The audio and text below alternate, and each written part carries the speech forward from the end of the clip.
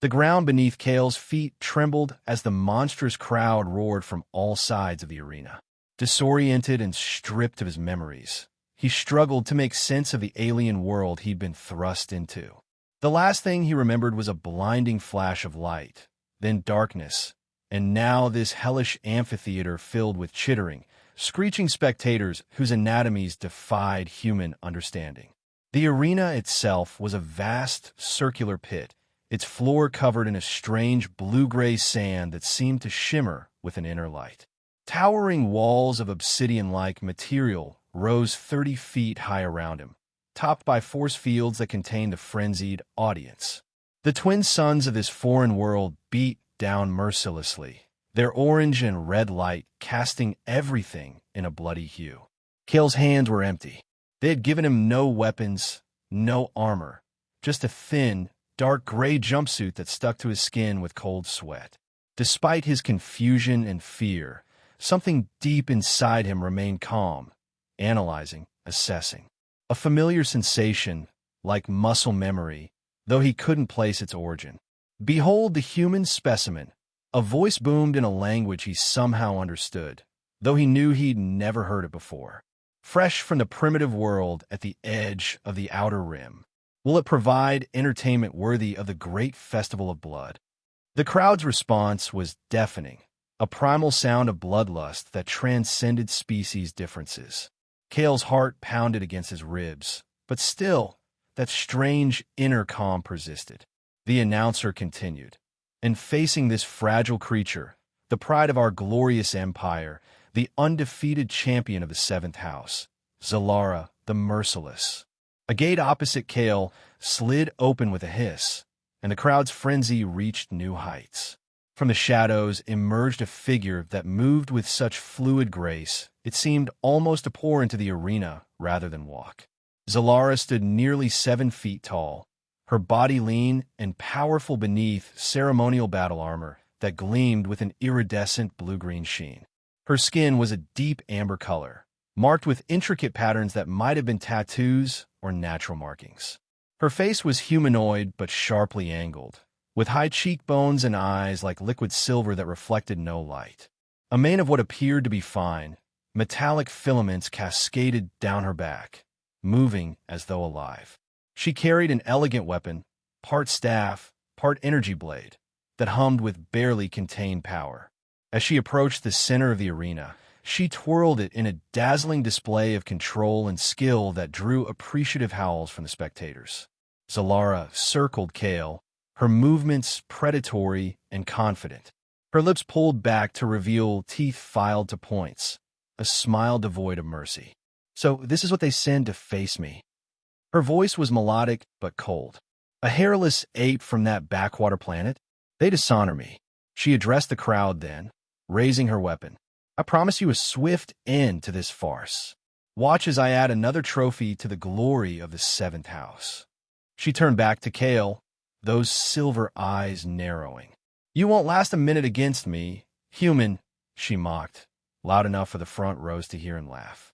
The signal to begin came as a shrill tone that made Kale's teeth vibrate. Zalara moved like lightning, closing the distance between them with inhuman speed. Her first strike was clearly meant to test him, a relatively slow sweep of her weapon that Kale barely managed to dodge. "At least you can move," she said, sounding almost disappointed. "Perhaps you'll last 30 seconds instead of 15. Her next attack came faster, a flurry of strikes that forced Kale into a desperate defensive dance. Each movement brought the humming energy blade closer to his flesh. He could feel its heat singing the air near his face, his chest, his legs as he twisted and turned. The crowd was growing restless. They wanted blood, not this game of cat and mouse. Zalara seemed to sense their mood and decided to end it. She feinted left, then spun with blinding speed, sweeping Kale's legs from under him. He hit the ground hard, the breath knocked from his lungs.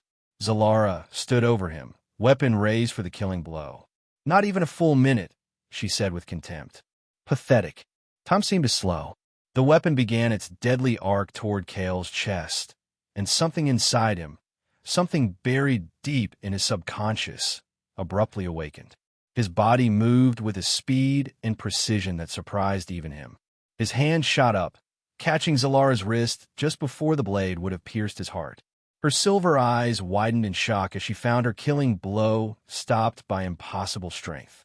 In that heartbeat of her surprise, Kale moved. He twisted her wrist with a precision that spoke of years of combat training he didn't remember having. The sacred weapon, the symbol of her status and prowess, clattered to the arena floor. In the same fluid motion, he swept her feet from under her, reversing their positions. The arena fell silent. Tens of thousands of alien spectators frozen in disbelief. Zalara stared up at him, fury and confusion warring on her face. "Impossible," she whispered. The silence shattered as the crowd erupted, not in cheers, but in outrage. Their champion humiliated by a lesser being. It was more than entertainment. It was sacrilege. Guards poured into the arena, energy weapons trained on both of them. Kale backed away from Zalara, who rose slowly, her pride clearly wounded far more deeply than her body. Her silver eyes promised death as guards surrounded them. Disruption of the sacred combat. Deception. The human uses forbidden enhancements. The announcer's voice boomed, giving the crowd a narrative to channel their anger. Kale and Zalara were seized roughly, forced toward different exits. The last thing Kale saw before being dragged into the darkness of a tunnel was Zalara's face, transformed with rage and humiliation, mouthing a silent promise. "This isn't over." Heavy doors clanged shut behind them, cutting off the roar of the crowd. The guards shoved Kale down a series of dimly lit corridors that reeked of alien disinfectants and fear. Finally, they reached a detention block where he was roughly thrown into a cell. To his surprise, Zalara was thrust into the same cell moments later, stumbling slightly before regaining her balance and fixing him with a murderous glare. "If you touch me, human, I will tear your throat out with my teeth," she hissed as the energy barrier hummed to life across the cell entrance. Kale backed into the corner farthest from her, holding his hands up in a universal gesture of non-aggression. "I have no intention of fighting you again," he said quietly. Zalara paced the small cell like a caged predator, her metallic hair bristling with static electricity that reflected her agitation. "You have destroyed everything," she snarled. "Do you understand that? Everything I've built over decades. My reputation, my standing, the honor of my house. Gone in an instant because of you." "I was just trying to survive," Kale replied. "They threw me in there to die for their entertainment. What did you expect me to do?" "Die with dignity," she snapped. "That was your role. A brief, entertaining death at the hands of a superior being." Kale felt anger rising within him. Maybe your society needs to rethink what makes a being superior if you're so shaken by losing a fight. She lunged at him then, pinning him against the wall with incredible strength, her forearm across his throat. "You did not win fairly. What are you? Some experiment? A bioweapon disguised as a primitive?" Before he could answer, the entire cell block shuddered violently. The lights flickered and died, replaced by dim emergency illumination. The energy barrier across their cell entrance sputtered and disappeared.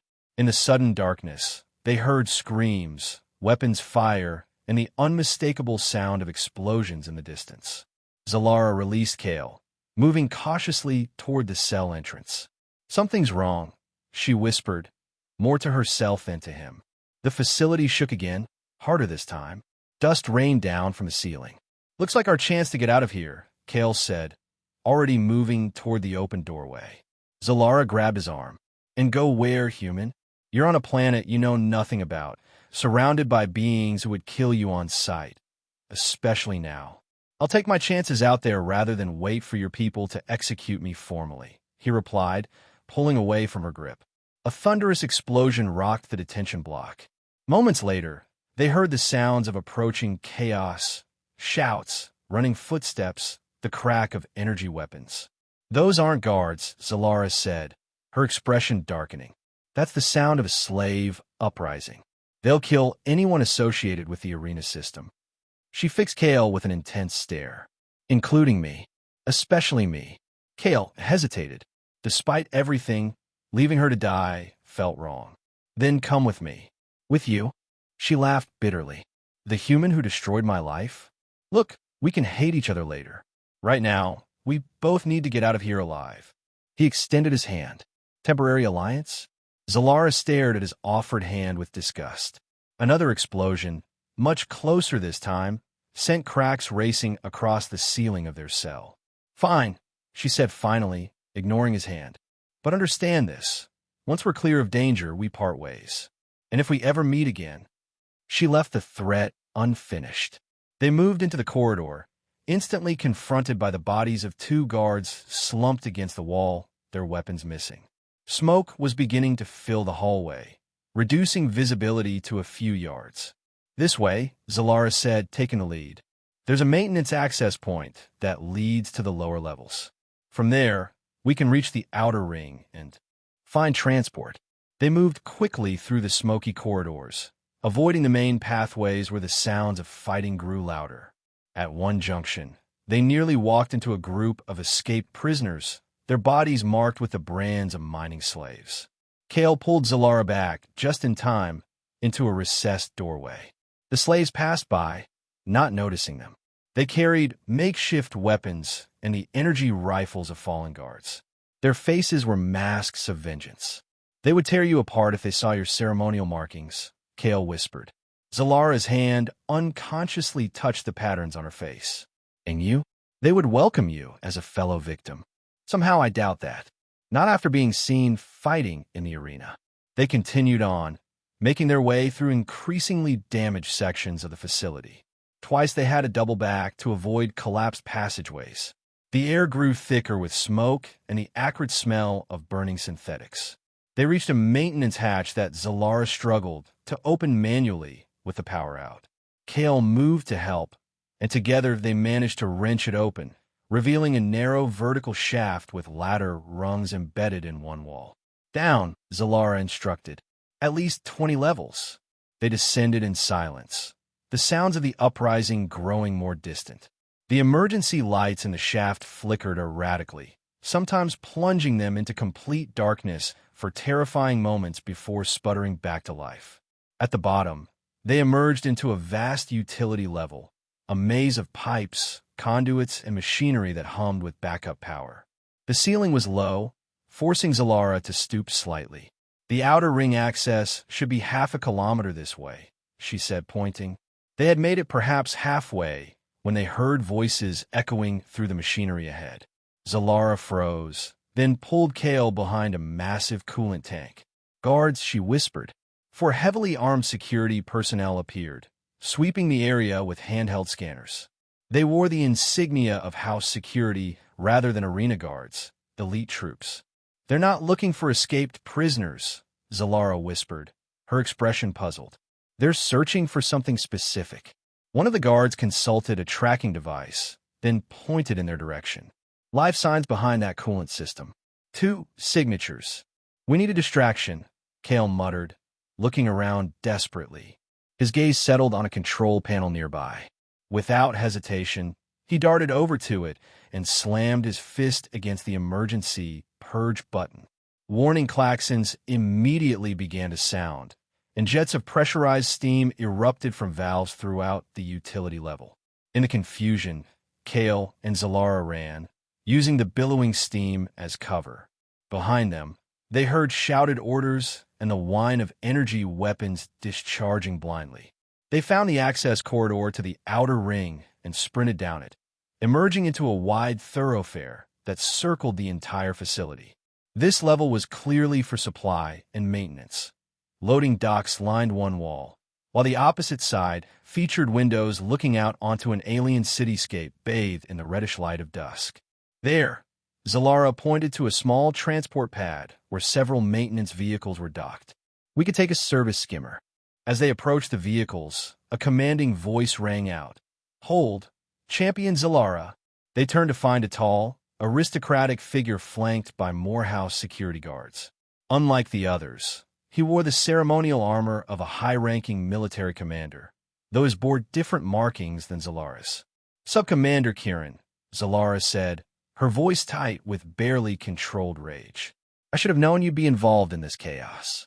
Kieran's face, similar to Zalara's in its alien angularity, but masculine and marked with different patterns, showed a cold smile. Involved? My dear champion, I orchestrated it. A regrettable but necessary distraction. His silver eyes, identical to Zalara's in their metallic quality, flicked to Kale. And you've brought the human specimen. Excellent. That saves us the trouble of hunting you both down separately. What is the meaning of this, Kieran? Zalara demanded.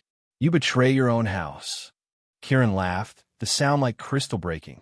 I serve the true interests of our house and our species. You, in your prestigious position, were simply obstacles to progress. He gestured to his guards. Take them. Alive, but not necessarily comfortable. The guards advanced, weapons raised. Kale tensed, that strange combat awareness rising within him again. Beside him, Zalara had dropped into a fighting stance. When I move, head for the vehicle, Kale murmured to her. I'll create an opening. Don't be absurd, she hissed back. There are 6 of them, all armed. Just be ready, he replied, and then he was moving. What happened next shocked even Zalara. Kale's movements became a blur of precision and lethality that no unaugmented human should have been capable of. He disarmed the first guard before the man could fire, used him as a shield against the second guard's shot, then launched the stunned body into 2 more.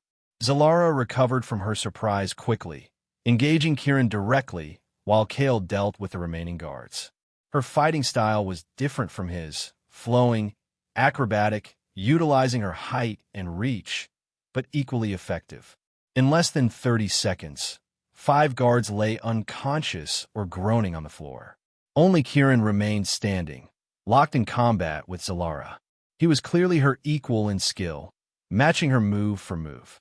You fight well for a traitor, she spat, blocking a vicious strike that would have broken her arm. And you fight well for someone about to be erased from history, he replied smoothly. Kale moved to help her, but Kieran saw him coming. The sub-commander produced a small device from his armor and pressed it. Instantly, Kale dropped to his knees, clutching his head in agony, as something inside him, something implanted, sent waves of paralyzing pain through his nervous system. Zalara used the momentary distraction to land a punishing blow to Kieran's face. He staggered back, blood of a strange, purplish hue streaming from his nose. Before she could press her advantage, he activated a personal shield that knocked her backward. Another time, champion, he said, wiping the blood from his face. I have what I need. He tapped his temple, the confirmation that the human specimen responds to the control protocol. Most illuminating. With that, he triggered a smoke grenade that filled the area with dense, choking fumes. By the time it cleared, he was gone. Kale remained on his knees, the pain receding but leaving him nauseous and weak. Zalara approached cautiously. What was that? What did he do to you? Kale shook his head. I don't know. It felt like something inside me was being activated. He struggled to his feet. We need to go. Now. They commandeered one of the service skimmers, an open-topped, utilitarian vehicle with simple controls. Zalara took the pilot's position without discussion, and moments later they were accelerating away from the facility. The cityscape opened before them, a sprawling metropolis of towering spires and broad thoroughfares, all built from materials that seemed to absorb and reflect light in unnatural ways. Flying vehicles of various sizes crisscrossed the sky above them, following invisible traffic patterns. Where are we going? Kale asked, still fighting waves of dizziness. Away from the city, Zalara replied grimly. They'll lock down all official transport nodes within the hour. Our only chance is to reach the Outlands and find independent transport there. She piloted the skimmer down to lower levels, away from the main traffic arteries, navigating through service tunnels and maintenance corridors that grew increasingly dilapidated as they moved farther from the center. Eventually, the gleaming city gave way to a borderland of abandoned structures and industrial ruins. Beyond that lay what appeared to be a vast, rolling desert, its surface glittering with an unnatural blue luminescence under the light of 3 rising moons. "The crystal wastes," Zalara explained, noting Kale's gaze. "A radiation desert created during the Purge Wars 1,000 years ago. Few venture there willingly, and that's where we're headed." She nodded. "Through it lies the free territories. If we can cross the wastes, we might find sanctuary there, or at least transport off-world." "You seem to know a lot about escape routes for someone who was a celebrated champion," Kale observed. Her silver eyes flashed with something. Pain, perhaps, or memory. "Even champions plan for contingencies," she said softly. "Especially those who weren't born to privilege." They abandoned the skimmer at the edge of the ruins, continuing on foot to avoid detection by the increasingly frequent patrol vessels that screamed overhead. The first steps in the crystal wastes were disorienting. The blue sand shifted underfoot like liquid, almost buoyant. "The radiation altered the silica at a molecular level," Zalara explained. "It's relatively stable, but don't touch the crystalline formations. They shatter explosively if disturbed." They walked in silence for a time, putting distance between themselves and the city. The 3 moons cast overlapping shadows that moved in eerie patterns across the luminescent landscape. Eventually, as the largest moon reached its zenith, Zalara called a halt in the shelter of a massive crystal formation shaped like a frozen wave. "We should rest," she said. "The wastes are more dangerous at peak dark." They sat with their backs against the smooth crystal, which radiated a gentle warmth. For a long time, neither spoke, each lost in their own thoughts. Finally, Kale broke the silence. "What Kieran said back there, about me, being a specimen that responds to some kind of control protocol. What did he mean?" Zalara studied him with those unreadable silver eyes. "I don't know exactly, but I have suspicions. There have been rumors among the warrior caste, whispers of experiments conducted by the Science Directorate on captured species, testing the viability of neural implants, control mechanisms, enhance combat reflexes." She paused. "Your performance in the arena and against Kieran's guards was not typical of your species." Kale felt a chill that had nothing to do with the desert night. "You're saying I might have been experimented on? My memory's wiped." "It would explain much," she said, not unkindly. "Your combat abilities are too advanced, too instinctual to be natural. And the way you reacted to Kieran's device." Kale rubbed his temples, trying to force memories that remained stubbornly out of reach.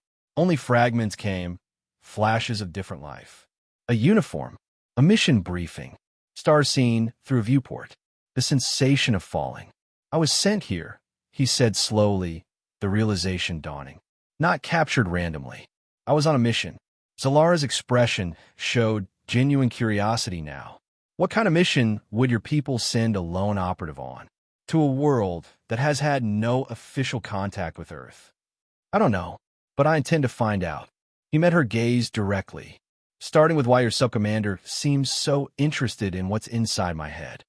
Before she could respond, a high-pitched keening sound cut through the night air. Zalara was on her feet instantly, her posture tense. "Waste stalkers," she whispered urgently. "We need to move. Now." They abandoned their shelter, moving as quickly as they dared across the treacherous blue terrain. The keening grew louder, seeming to come from multiple directions at once. In the moonlight, Kale caught glimpses of movement, sinuous forms flowing across the crystal sand with predatory grace. "What are they?" he gasped as they scrambled up a ridge of more stable ground. "Evolved predators," Zalara replied, her breathing controlled despite their pace. "They adapted to the radiation, learned to hunt in packs. She broke off as a creature burst from the sand directly in their path. It stood as tall as Kale on 6 spindly legs, its body a twisted amalgamation of insectoid and reptilian features.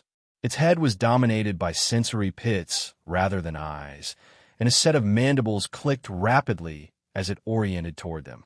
Its entire exoskeleton glowed with the same blue luminescence as the sand. Zalara shoved Kale aside as the creature lunged. She dropped and rolled, coming up with a jagged crystal shard in hand. When the stalker turned to track her, She drove the makeshift weapon into one of its sensory pits with surgical precision. The creature emitted a piercing shriek and collapsed, its legs twitching in death spasms. But the sound had attracted others. From all sides came the rushing of sand as more stalkers converged on their position. "Run for that rock spire," Zalara commanded, pointing to a towering formation about 200 yards ahead. "They can't climb smooth surfaces." They sprinted across the sand, the sounds of pursuit growing closer with each step. The spire loomed larger, its surface gleaming like polished glass in the moonlight. Just as they reached its base, Kale felt something seize his ankle. He went down hard, sand filling his mouth as he was dragged backward. Zalara turned at a shout, saw him in the grip of a stalker that had burst from beneath the sand. Without hesitation, she leaped back toward him, using a broken crystal shard as a makeshift blade. She landed on the creature's back, driving the shard deep into the junction between its head and thorax. The stalker released Kale, thrashing wildly. Zalara pulled him to his feet, and together they made the final dash to the spire. The smooth crystal surface was nearly impossible to grip, but desperation gave them strength. They climbed just high enough to be out of reach as the pack of stalkers surrounded the base. At least a dozen of the creatures circled below, occasionally leaping up the smooth surface only to slide back down. Their keening calls vibrated the crystal beneath Kale and Zalara's hands. "They'll eventually lose interest," Zalara said, though she didn't sound entirely convinced.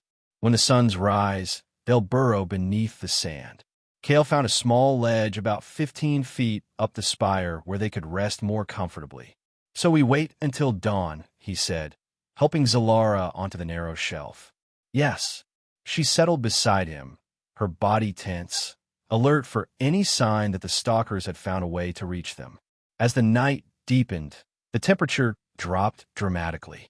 The crystal retained some heat, but not enough to ward off the bone-deep chill of the desert. Without discussion, Kale and Zalara moved closer together for warmth. "You didn't have to come back for me," Kale said after a long silence. "With the stalkers focused on me, you could have reached safety." Zalara was quiet for so long that he thought she might not answer. Finally, she said, "I would not leave even an enemy to such a death." "Are we still enemies?" She turned to look at him, those silver eyes reflecting the blue glow from below. "I don't know what we are," she admitted. "But for now, we are survivors together. That will have to be enough." As the first of the suns began to rise, painting the crystal landscape in shades of amber and gold, the stalkers retreated as predicted, burrowing into the sand until not a trace of them remained.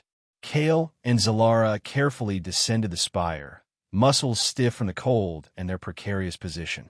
They continued their journey across the crystal wastes, moving faster now with the danger of the stalkers temporarily abated. By midday, with all three suns blazing overhead, the heat had become almost unbearable. The crystal sand reflected the light in blinding patterns, forcing them to narrow their eyes to slits. "There," Zalara pointed to a dark line on the horizon. "The edge forests. Once we reach them, we'll have passed through the worst of the wastes." The promise of shade and shelter gave them renewed energy, but as they trudged toward the distant tree line, Kale noticed something else, a plume of dust rising far behind them. "We're being followed," he said grimly. Zalara squinted in the direction he indicated. "Skimmers. Military grade." Her expression hardened. "Kieran, how did he find us so quickly?" She glanced at him meaningfully. Perhaps he's tracking something. Or someone. The implication was clear.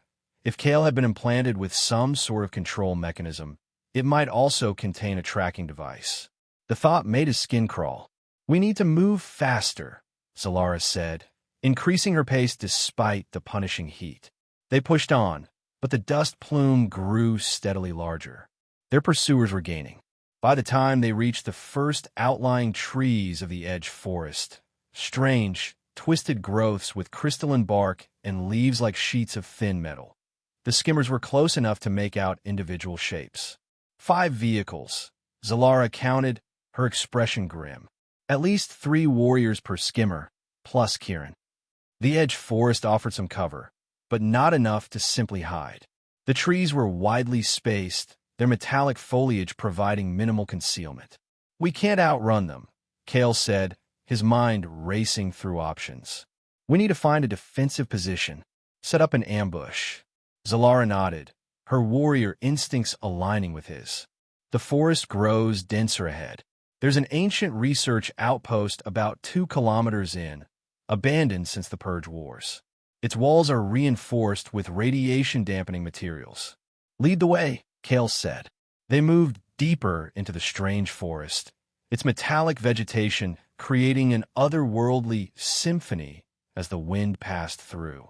The canopy above began to close, sheets of metal-like leaves overlapping to create patches of deep shadow. The temperature dropped pleasantly. The outpost, when they reached it, was a low, bunker-like structure partially reclaimed by the crystalline forest. Its walls were constructed of a dull black material that seemed to absorb light rather than reflect it. "Null steel," Zalara explained as they approached. "It blocks most scanning technology. If there's a tracker in you, it might not penetrate these walls." The main entrance was sealed, but they found a breach in the rear wall where a massive tree had partially collapsed the structure. They squeezed through into the dim interior. The inside of the outpost was a maze of corridors and small rooms filled with ancient, dust-covered equipment. Most areas were dark, but occasional patches of luminescent fungus provided eerie blue-green illumination. The air was stale but breathable. "This will be our battleground," Kale said, already assessing defensive positions and potential traps. "We know they're coming. We can prepare." Over the next hour, they worked together with surprising synchronicity, setting up makeshift traps and defensive positions. They found still-functioning power cells that they rigged to overload when triggered. They created choke points with overturned furniture and equipment. They located the central laboratory with its single entrance, making it their final fallback position. As they worked, fragments of memory continued to surface in Kale's mind. Tactical training, combat scenarios, mission parameters. Each recollection brought with it a growing certainty. He had been sent to this world for a specific purpose. "Zalara," he said as they finished setting their last trap, "I think I know why I was sent here." She looked up from the power relay she was modifying. "Tell me." "I'm remembering bits and pieces. I was part of an elite unit, some kind of special forces. We received intelligence that a faction on your world was developing a new kind of weapon or technology, something that could threaten multiple worlds, including Earth. The Neural Dominion Project," Zalara whispered, her silver eyes widening. "You know about it?" She nodded slowly. "Rumors, whispers. A technology that could control not just individuals, but entire populations through quantum-entangled neural implants. Supposedly just theoretical research, but..." She looked at him with new understanding. "Your people learned it had progressed beyond theory." "My mission was reconnaissance and assessment," Kale continued, the memories solidifying as he spoke. "But something went wrong. I was captured, or crashed, or..." He shook his head in frustration. "It's still not all there. And then you became a test subject," Zalara finished for him. "The perfect opportunity, an agent from the very world they eventually planned to target." Before Kale could respond, a distant sound reached them, the hum of skimmer engines approaching through the forest. "They're here," Zalara said, moving to a vantage point near a broken window. 5 skimmers, as we counted. They're deploying in a standard search pattern. "Time to welcome them," Kale said grimly. Their first trap, activated as a search team, entered the eastern breach in the outpost wall, an overloaded power cell that detonated with a concussive blast, collapsing part of the corridor. Shouted orders followed, and the search became more cautious. Kale and Zalara moved through the outpost like ghosts, triggering traps remotely and picking off isolated searchers with ambush tactics. They fought as a perfect team, as though they had trained together for years. Eventually, they were forced back to their final defensive position in the central laboratory. Of the 15 warriors Kieran had brought, only 7 remained, and those were being much more cautious now. The laboratory had a single entrance, a bottleneck they could defend, but no other exit. "They'll flank us," Zalara said, checking the makeshift energy weapon they had cobbled together from outpost equipment. Kieran knows standard tactical approaches. As if on cue, they heard a cutting sound from a wall to their left, some kind of plasma torch burning through the null steel. They're creating their own entrance, Kale said. We need to relocate. But before they could move, the main door slid open, revealing Kieran himself. He held some kind of control device in one hand. Enough of this, he said, sounding almost bored. Your resistance, while impressive, is ultimately futile. He pointed the device at Kale and activated it. Once again, searing pain shot through Kale's head, driving him to his knees. But this time, something was different. Instead of simply causing pain, the device seemed to be attempting to access something in his mind, to take control. Through the haze of agony, Kale saw Zalara launch herself at Kieran, moving with deadly intent. The subcommander was forced to break off his attack on Kale to defend himself, tucking the control device into his armor as he engaged Zalara in hand-to-hand combat.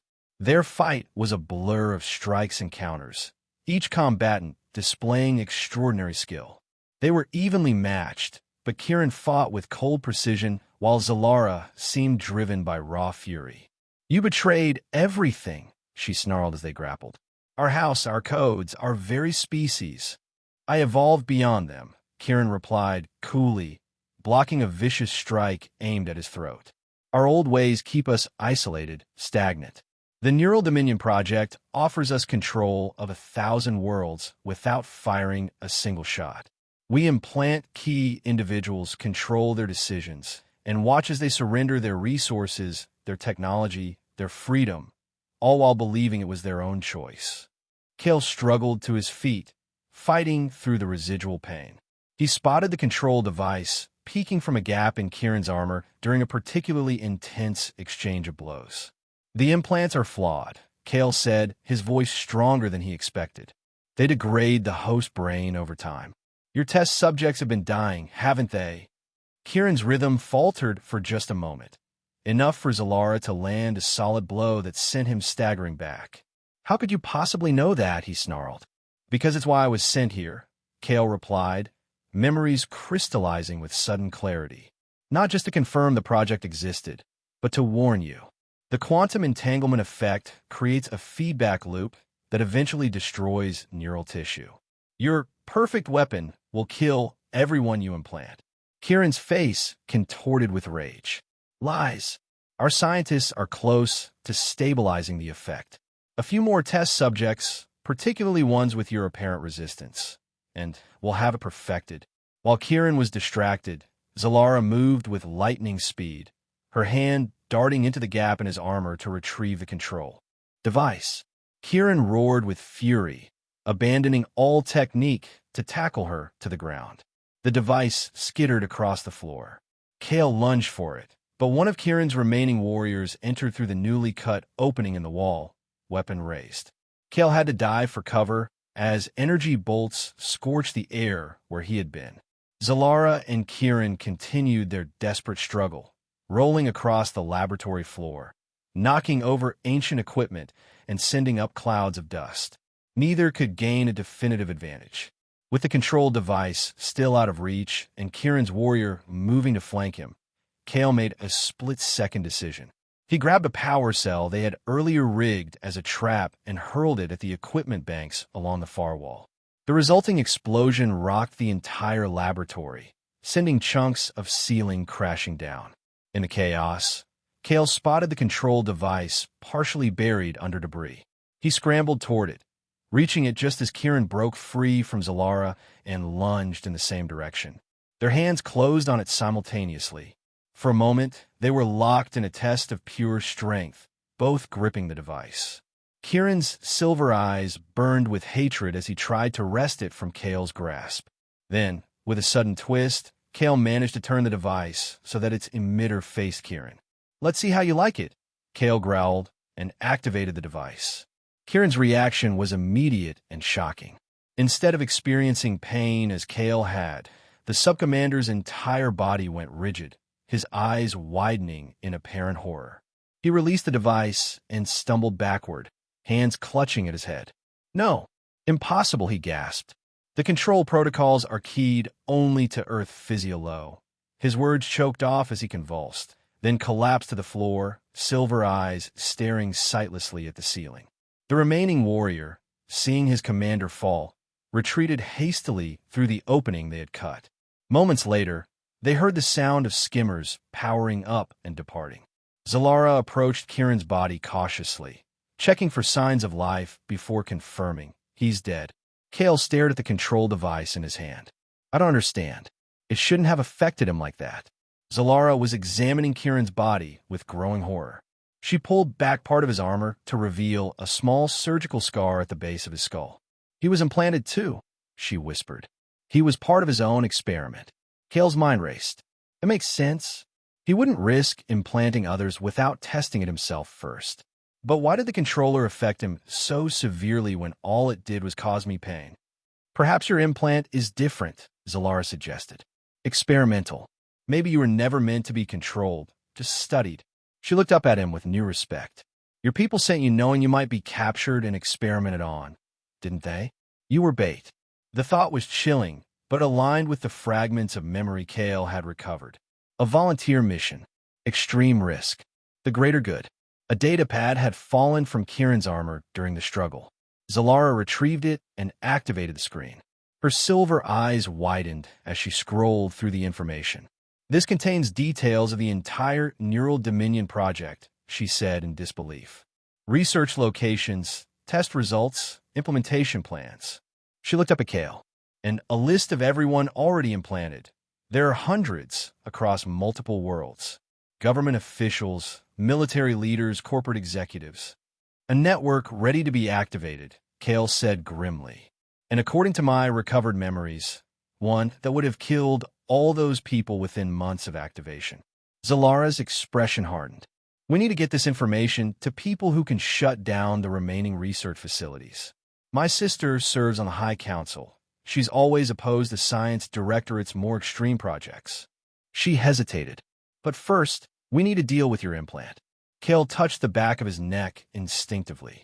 You think it can be removed? This outpost was a medical research facility before it was abandoned. Some of the equipment might still function. She gestured to a door they hadn't explored. We should start there. The adjacent room contained surprisingly well-preserved medical equipment. After some searching, they found a functional scanner that confirmed what they suspected. A small device was embedded at the base of Kale's skull, connected to his neural pathways. It's smaller than the ones shown in Kieran's data, Zalara observed, studying the scan results. More sophisticated, but I think I can remove it with the surgical equipment here. Kale hesitated only briefly before nodding. Do it.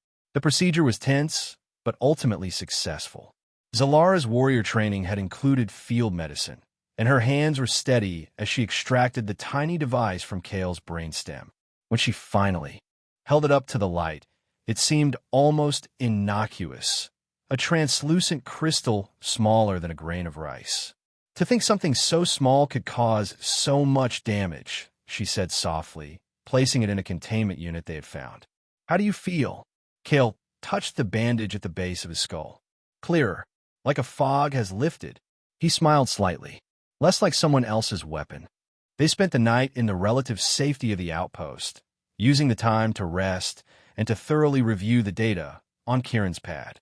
The scope of the Neural Dominion project was even greater than they had initially feared, with research cells operating on multiple worlds under the guise of legitimate scientific endeavors. As dawn broke, they prepared to leave, gathering supplies and plotting their course to the nearest settlement in the free territories where they might find transport. What will you do once we expose the project? Kale asked as they emerged from the outpost into the metallic forest. Your position as champion is gone. Kieran's faction will brand you a traitor. Zalara was quiet for a moment, her silver eyes reflecting the morning light filtering through the crystalline leaves. My life, as I knew it, ended the moment you bested me in that arena, she said without bitterness. Now I must find a new path. You could return to Earth with me, Kale suggested. My people would value your knowledge, your skills. She looked at him with surprise. You would vouch for me? After everything that happened? After everything that happened, he confirmed. You saved my life. You removed the implant. You chose to fight against a weapon that would have enslaved countless beings. He smiled. Besides, we make a good team. She didn't answer immediately, but something in her expression softened. Let us focus first on reaching the free territories and transmitting this data. Then, we will see what paths remain open to us. They set off through the edge forest, moving with renewed purpose. The journey ahead would be dangerous. Kieran's allies would soon realize he had failed and would be searching for them. But for the first time since Kale had awakened in the arena, he felt hope. As they walked side by side through the strange, beautiful forest, Zalara suddenly broke the companionable silence. Do you remember what I said to you in the arena? Before our fight, Kale nodded. You said I wouldn't last a minute against you. She made a sound that might have been a laugh, the first he had heard from her. And now, look at us. Days later, still fighting together. Her silver eyes met his. I've never been so glad to be proven wrong. Kale smiled. And I've never been so glad to exceed someone's expectations. The path ahead was uncertain, filled with danger and unknown challenges. But as they continued their journey through the crystalline forest, neither of them walked alone. Champion and specimen, warrior and operative, they had become something neither could have imagined in that arena. Allies, perhaps friends, maybe someday even more. The arrogance of their first meeting had given way to respect, trust, and a shared purpose that transcended the boundaries of their worlds. And somewhere behind them, in an abandoned outpost at the edge of a radioactive desert, lay the broken pieces of a control device that had failed to claim either of them, a testament to the resilience of the spirit and the power of unexpected alliances. The three suns rose higher in the alien sky, illuminating their path forward. No longer enemies, no longer alone, but travelers on a shared journey toward whatever future awaited beyond the horizon. 3 days into their trek through the edge forest, they finally reached its outer boundary. Before them stretched rolling plains covered in vegetation that looked almost Earth-like from a distance, though up close the plants revealed alien characteristics. Leaves that tracked the movement of the three suns, flowers that closed and hummed when approached, grass-like stalks that swayed in perfect unison regardless of wind direction. The harmonious plains, Zalara named them. The border of the free territories begins near the river valley, about 10 kilometers ahead. They had encountered no further pursuit, but both remained vigilant. Kieran's allies would not have abandoned the search so easily, especially once they discovered his body and realized the data containing details of the Neural Dominion project was missing. As they crossed the plains, keeping to natural depressions in the landscape to minimize their visibility, Kale found himself studying Zalara with newfound appreciation. Her warrior's pride had not diminished, but it had been tempered by their shared ordeal. She moved with the same deadly grace as before, but there was an openness to her now, a willingness to share her thoughts and knowledge. Tell me about your sister on the High Council, Kale said as they paused to rest in the shade of an enormous flower that unfurled canopy-like petals above them. Zalara's expression softened at the mention of her sister. Celine is the youngest council member in 3 generations. She earned her position through diplomatic skill rather than combat prowess. Unusual in our culture, but increasingly respected. She has always advocated for more open relations with other worlds, less militaristic approaches to security. A sad smile touched her lips. We often argued about such things when we were younger. Now I see she was right about many issues. And you think she'll help us? Without question. She has opposed the science directorate's more secretive projects for years. This evidence will give her the leverage she needs to shut down not just the Neural Dominion project, but potentially other dangerous research. They resumed their journey as the second sun began to set, casting long double shadows across the plains. By the time they reached the river valley, only the primary sun remained above the horizon, bathing everything in rich amber light. The river itself was unlike any on Earth, a broad, slow-moving expanse of liquid that shimmered with subtle bioluminescence. Along its banks, they could see the first signs of settlement, cultivated fields, raised walkways, and in the distance, the glow of a good-sized town. Free haven, Zalara said, nodding toward the lights. A trading post and sanctuary for those seeking independence from the great houses. Many species mingle there. Your appearance will not draw undue attention. And we can find transport there? Communications? Yes, though we'll need to be careful. Kieran's faction will have agents watching official channels. She considered for a moment. There's a merchant I once helped. His daughter was falsely accused of sedition. He operates quantum relay communications that bypass the standard networks. If he's still in business, he would be our best option. They approached the town cautiously as darkness fell. Freehaven proved to be a fascinating amalgamation of architectural styles. Some buildings resembled Earth structures, while others defied conventional understanding of space and shape. The streets were filled with diverse beings, some humanoid, others drastically different in form and movement. Despite Zalara's assurance that he wouldn't stand out, Kale noticed several curious glances in his direction. "I thought humans weren't uncommon here," he murmured. "It's not your species that draws attention," she replied quietly.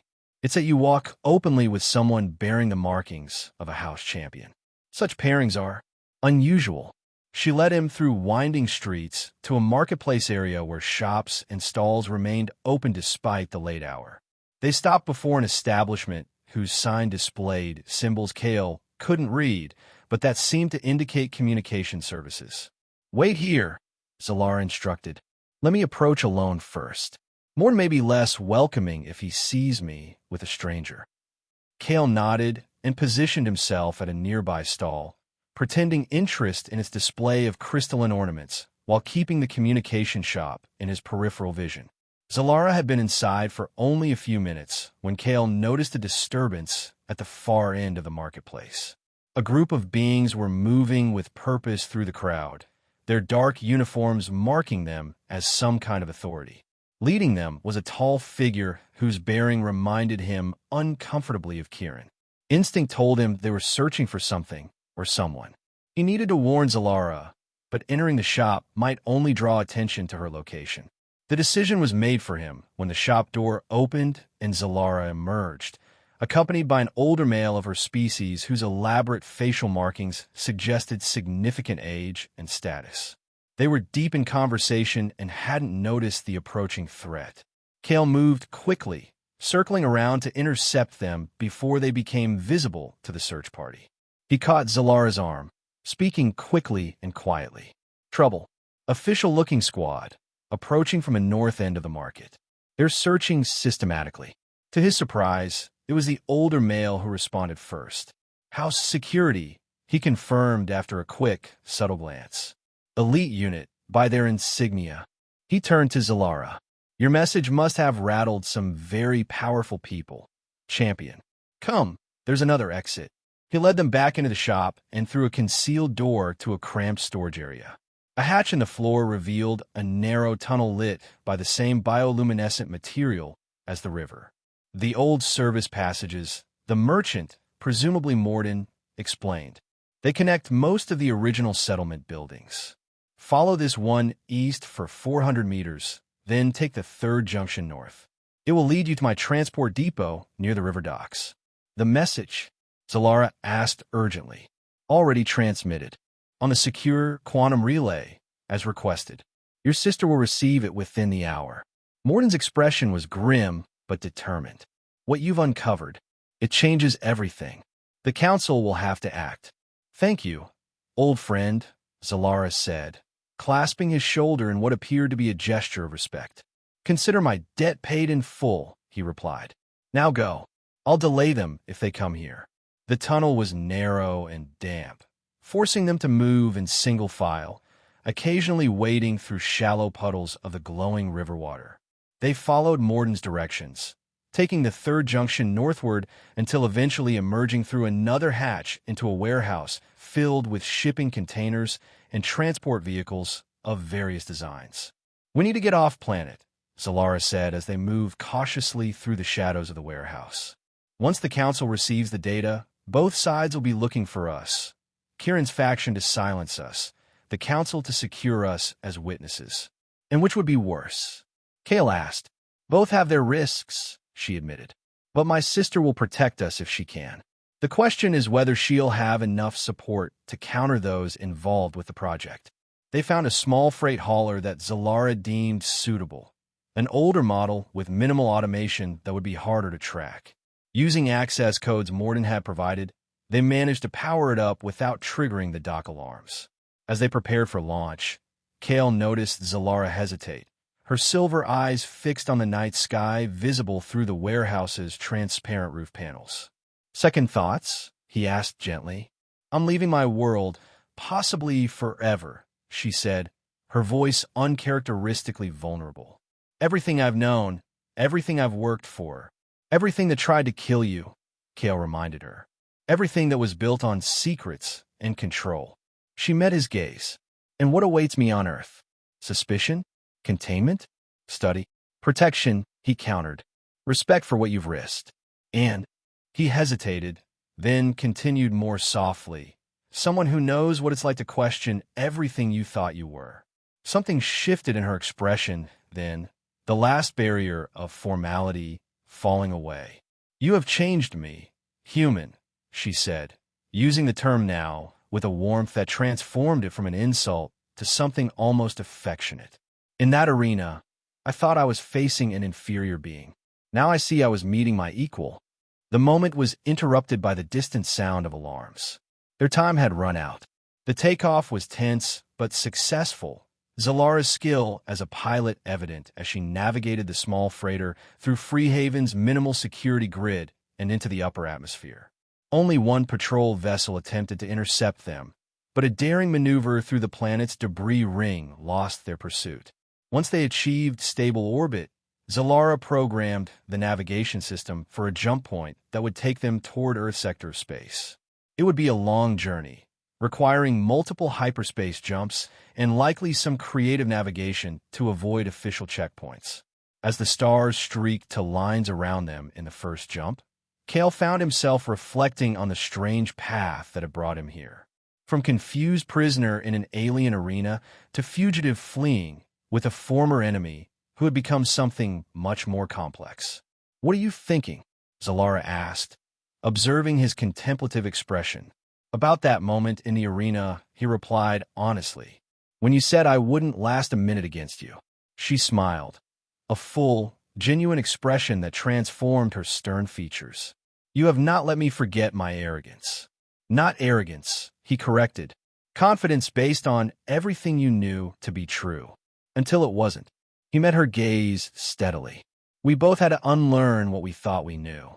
About each other, about ourselves. A painful process," she acknowledged, "but necessary." He reached across the space between their seats, offering his hand.